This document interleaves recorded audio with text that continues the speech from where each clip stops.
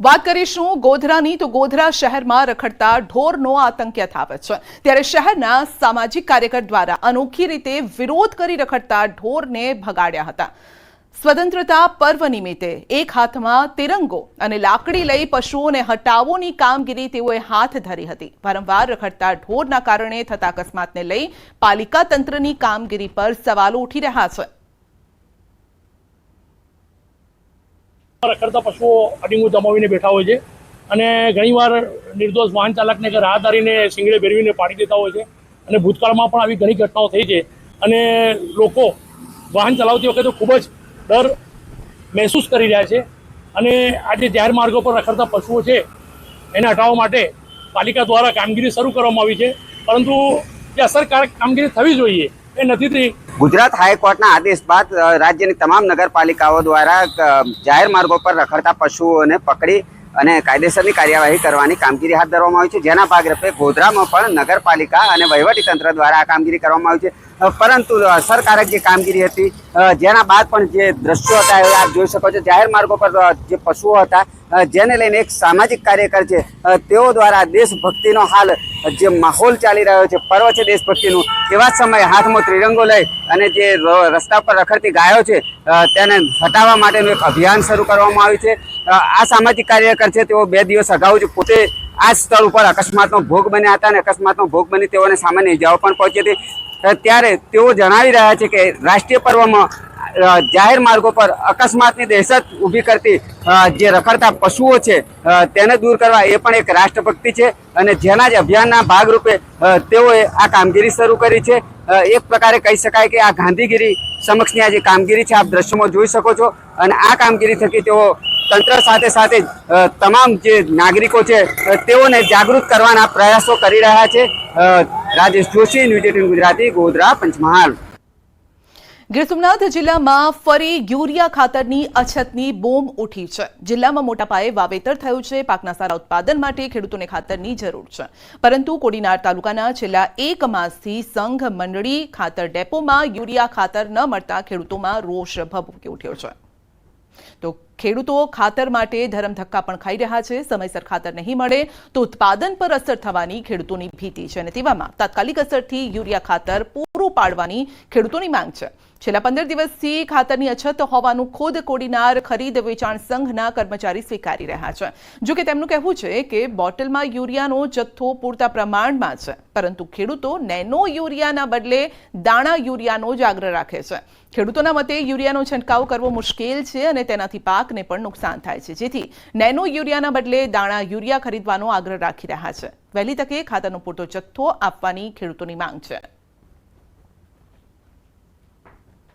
કોડીનાર તાલુકાની અંદર ત્યાં યુરિયા ખાતર મળતું નથી। કોડીનાર તાલુકાને અત્યારે જરૂર છે ને ખાતર ન મળે તો પછી એ મોડત સારી થતી જ નથી। તો એના માટે સરકારે કંઈક કરવું જોઈએ, અથવા તો ન કરે તો અમે પછી મામલતદારનો લખીને આપીએ। ખાસ કરીને આ 10-12 દિવસથી યુરિયા મળ્યું નથી અને ખેડૂતોને તો શું છે કે ટાઈમે જોઈએ ત્યારે લેવા જાય, હવે લેવા ગયા તો એને એમાં મળ્યું નહીં એટલે એના પાકને જે ટાઈમે વૃદ્ધિ થાય એ પ્રમાણે નાખવું જોઈએ એ મળી શક્યું નહીં। એટલે ખેડૂતો આ બાબતે જે તે જગ્યાએ આટા ફેરા ખાય છે, પૂછે છે ક્યારે આવશે, ક્યારે મળશે, અને એ ખેડૂત માને છે કે યુરિયા ઘન છે જે બોરીની અંદર આવે છે એનું રિઝલ્ટ અમને સારું મળે છે। કોડીનાર વિસ્તારની અંદર છેલ્લા મહિના દિવસથી યુરિયા ખાતરની શોર્ટેજ છે। ક્યાંય પણ એક બેગ યુરિયા કોઈ ખેડૂતોને મળતી નથી।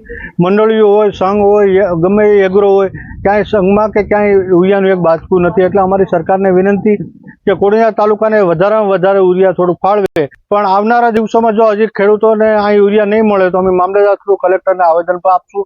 ખેડૂતોને સાથે રાખી અને તમામ રજૂઆત કરશું। સૌથી વધારે યુરિયા ખાતરની શોર્ટેજ છે અને એનું કારણ એ છે કે વધારે વરસાદને કારણે યુરિયાની શોર્ટેજ સર્જાણી। એના સામે ખેડૂતોને અમે નેનો યુરિયા આપીએ છીએ, પણ ખેડૂતો એમાં સહમત નથી। એને બેગમાં જ યુરિયા જોઈએ છે, ગ્રેન્યુઅલ દાણામાં જ, પ્રવાહીમાં નહીં। ટૂંકમાં 2 દિવસમાં પાછું યુરિયા આવે છે અને બધાને વ્યવસ્થિત રીતે મળી પણ જાય।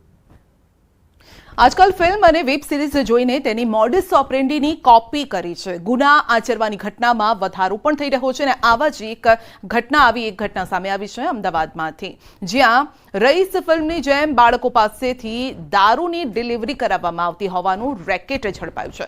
શહેરના પોશ ગણાતા બોડકદેવ વિસ્તારમાં બાળકો પાસે દારૂની ડિલિવરી કરાવાતી હતી. નાના બાળકોને મહિને 8,000 પગાર, એક બોટલ પર 200 રૂપિયા કમિશન આપી અને દારૂની ડિલિવરી કરાવવામાં આવતી હતી.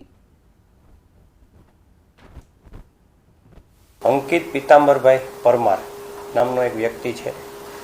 એ વ્યક્તિ બાળકો જે હોય છે સગીર વયના, એમને મજૂરીએ રાખી અને દારૂનું વેચાણ કરતો હોય એ હકીકત મળી. એ આધારે રેડ કરતા કાયદાથી સંઘર્ષિત બાળક મળી આવેલ અને એની પાસેથી અલગ અલગ બ્રાન્ડની ટોટલ 6 બોટલ અને જ્યુપિટર ગાડી મળી આવેલ હતી.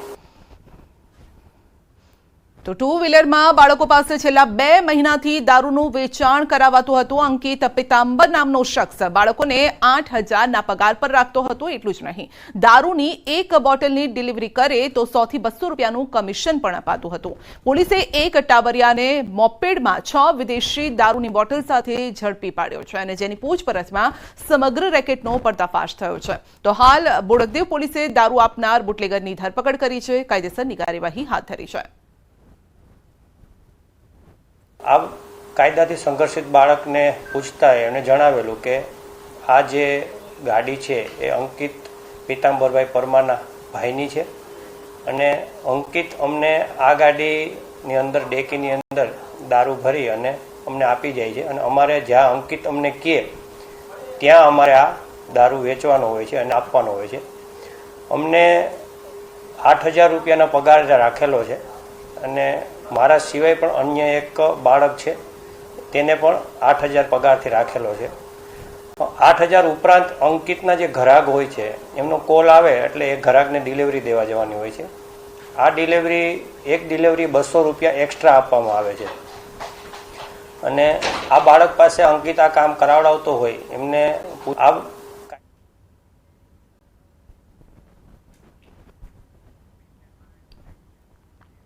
નવસારીમાંથી ફરી ઝડપાયું છે ડ્રગ્સ. સિમેન્ટની બોરીમાં કરાતું હતું ટ્રાન્સફર અને જલાલપોરના ઓંજલ માછીવાડમાંથી આ ડ્રગ્સ ઝડપાયું છે. દરિયા કિનારે એલસીબીએ ચેકિંગ હાથ ધર્યું અને એફએસએલની ટીમ દ્વારા કયા પ્રકારનું આ ડ્રગ્સ છે તે અંગે તપાસ હાથ ધરવામાં આવી છે. સુરત, વલસાડ બાદ નવસારીના દરિયા કિનારે ડ્રગ્સ મળતા અનેક સવાલો પણ ઉભા થઈ રહ્યા છે. સમગ્ર મામલાને લઈ પોલીસે તપાસ શરૂ કરી છે.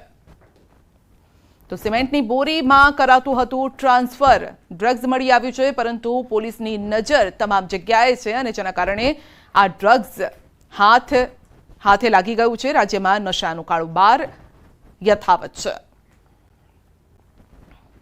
બનાસકાંઠાના પાલનપુરમાં બાયપાસ રોડને લઈને ખેડૂતોએ યોજી છે વિરોધ રેલી પણ કરી વિરોધ કર્યો હતો. હાય હાયના નારા લગાવ્યા. પોતાની જમીન બચાવવા અને પૂરતા ભાવ મળે તેને લઈને વિરોધ પ્રદર્શન કરાયું હતું. પીડિત ખેડૂતો કોંગ્રેસના જનમંચ કાર્યક્રમમાં પહોંચ્યા હતા. વિધાનસભા વિપક્ષના નેતા અમિત ચાવડા અને સાંસદ જ્ઞાનીબેન ઠાકોરના અધ્યક્ષ સ્થાને યોજાયેલા જનમંચ કાર્યક્રમમાં રજૂઆત કરી હતી અને બાદમાં રેલી સ્વરૂપે જિલ્લા કલેક્ટર કચેરી ખાતે પહોંચી જિલ્લા કલેક્ટરને આવેદનપત્ર પાઠવ્યું.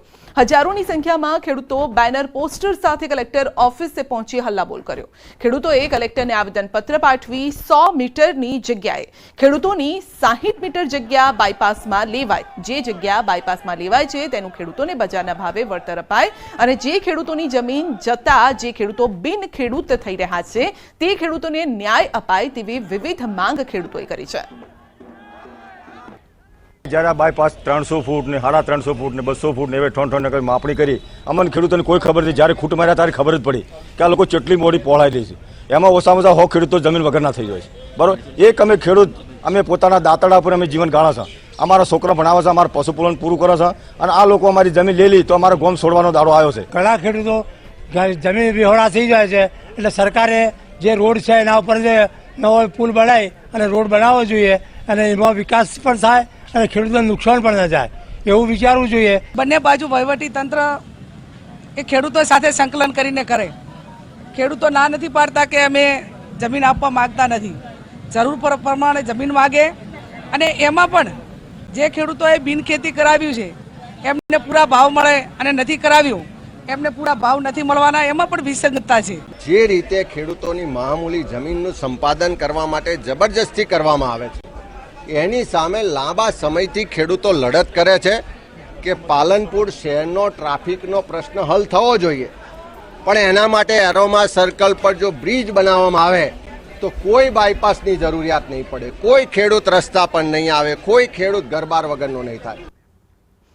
આ વિશાળ જગ વિસ્તારે નથી રે એકલો માનવી, પશુ છે, પક્ષી છે, વૃક્ષો, વનો ને વનસ્પતિ. ઉમાશંકર જોશીની આ કવિતા અમરેલીના જીવદયા પ્રેમીએ સાર્થક કરીને બતાવી છે. અમરેલી જિલ્લાના જેસર ગામમાં પક્ષીઓ માટે પક્ષી પ્રેમી રાજુભાઈ કામડિયા અદભુત કાર્ય કરી રહ્યા છે. સુરતના ઉદ્યોગપતિ અને રાણપડા ગામના રાજુભાઈ કામડિયા રુદ્રાક્ષ ફાર્મ હાઉસમાં પક્ષીઓને પોતાના ખર્ચે ચણ નાખી રહ્યા છે. પક્ષી પ્રેમીના આંગણે એક સાથે 20,000થી વધુ શાંતિદૂત કબૂતરો આકાશમાંથી ઉડીને આંગણામાં બેસી જાય છે. રાજુભાઈ શ્રાવણ માસને લઈને અહીં યજ્ઞ પણ કરે છે. આ કબૂતરની વાત કરીએ તો 25 વર્ષના સિલસિલો હાલે 99ની સાલમાંથી.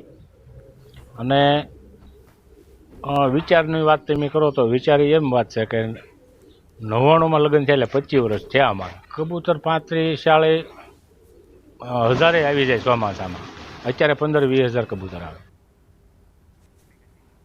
તો આ પક્ષી પ્રેમી રોજની 40થી 50 મણ જુવારનો ચારો કબૂતરોને આપે છે, જેનો વાર્ષિક ખર્ચ 60 લાખ રૂપિયા જેટલો થાય છે.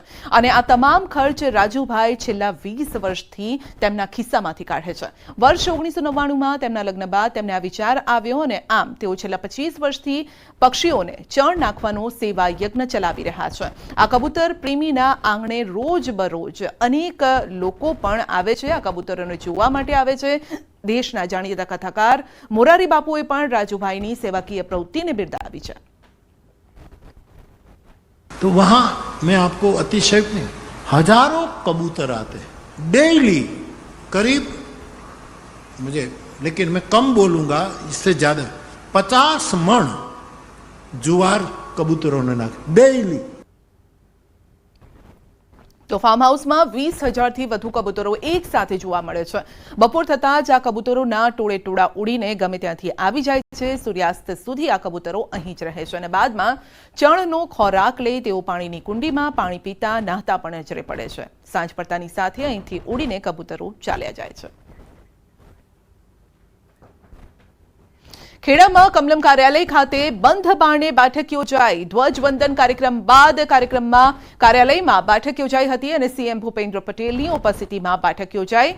આવનારી ખેડા જિલ્લા પંચાયત, નગરપાલિકાઓ, તાલુકા પંચાયતની ચૂંટણીની આ બેઠકમાં ચર્ચા કરવામાં આવી હશે. બેઠકમાં ગોરધન ઝડફિયા, અજય બ્રહ્મભટ્ટ, સાંસદ દેવસિંહ ચૌહાણ સહિતના નેતા, ધારાસભ્યો ઉપસ્થિત રહ્યા. આ સાથે પૂર્વ જિલ્લા પંચાયત પ્રમુખ, નગરપાલિકા પ્રમુખ સહિત સંગઠનના હોદ્દેદારો સાથે આ બેઠક યોજાઈ. મહત્વનું છે કે ડાકોર, ખેડા, મૌધા, ચકલાસી સહિતની નગરપાલિકાની ચૂંટણી યોજાવાની છે. મુખ્યમંત્રી ભૂપેન્દ્રભાઈ પટેલ છેલ્લા 2 દિવસથી ખેડા જિલ્લાના પ્રવાસે હતા. 78માં સ્વાતંત્ર્ય પર્વની ઉજવણી આ વખતે રાજ્ય કક્ષાની ખેડા ખાતેના નડિયાદ ખાતે કરવામાં આવી હતી. ત્યારે મુખ્યમંત્રી આજે ટોટલ કુલ 8 જિલ્લા કાર્યક્રમોમાં હાજરી આપી હતી. ત્યારબાદ આજે અંતમાં છેલ્લે મુખ્યમંત્રી કમલમ કાર્યાલય ખાતે એક બેઠક બંધ માંડી હોય છે. આ બેઠકની વાત કરવામાં આવે તો ખેડા જિલ્લા પંચાયતની જે આવનારી જે ચૂંટણી છે તે ચૂંટણી લઈને સંગઠનના હોદ્દેદારો, ધારાસભ્યો તેમજ ઝોન પ્રભારી ગોરધન ઝડફિયા તેમજ અહીંના ખેડા જિલ્લા ભાજપ પ્રભારી સહિતના નેતાઓ સાથે બંધ બારણે બેઠક યોજી હતી. બેઠકની અંદર અંદાજિત 30થી 35મી જેટલી આ બેઠક ચાલી હતી અને બેઠકની અંદર જે નગરપાલિકાઓ જે ભાજપ પાસે નથી તે કબજે કરવા માટે, કારણ કે 2 નગરપાલિકા હાલમાં અપક્ષ પાસે કબજો હતો, પરંતુ છેલ્લા કેટલાક સમયથી વહીવટદાર શાસન છે તે નગરપાલિકાઓ કબજે કરવા તેમજ જિલ્લા પંચાયતમાં પૂર્ણ ભાજપનો બહુમતીથી વિજય મળ્યા સમગ્ર બાબતે ચર્ચા થઈ હતી. વાત કરવામાં આવે તો આવનાર સમયની અંદર જ્યારે ખેડા જિલ્લા પંચાયતની ચૂંટણી આવનાર છે ત્યારે મુખ્યમંત્રીએ આ બંધ બારણે બેઠક યોજી કાર્યકર્તાઓને વિજય મેળવવા માટે હાકલ કરી હતી. ઉમંગ પટેલ, ન્યૂઝ 18 ગુજરાતી, નડિયાદ, ખેડા. બનાસકાંઠામાં એમ્બ્યુલન્સનો અકસ્માત, એકનું મોત, એક ઘાયલ. થરાદ સાંચોર હાઈવે પર થયો અકસ્માત. ગાંધીધામથી મૃતદેહને લઈને રાજસ્થાન જતી હતી એમ્બ્યુલન્સ. અકસ્માત બાદ ચાલક એમ્બ્યુલન્સ મૂકીને ફરાર.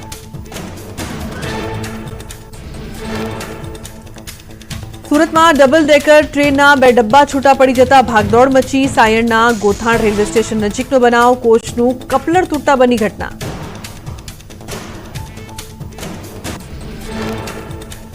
વડોદરાના હરણી તળાવમાં દશામાની મૂર્તિઓની દુર્દશા. માઈ ભક્તો નારાજ થતા પાલિકાના સત્તાધીશો દોડતા થયા. સત્તાધીશોએ ભૂલ સ્વીકારવાના બદલે નાગરિકો પર દોષનો ટોપલો ઢોળ્યો. તળાવમાં દશામાની વધુ પડતી મૂર્તિઓ આવી ગયાનું કારણ આગળ ધર્યું.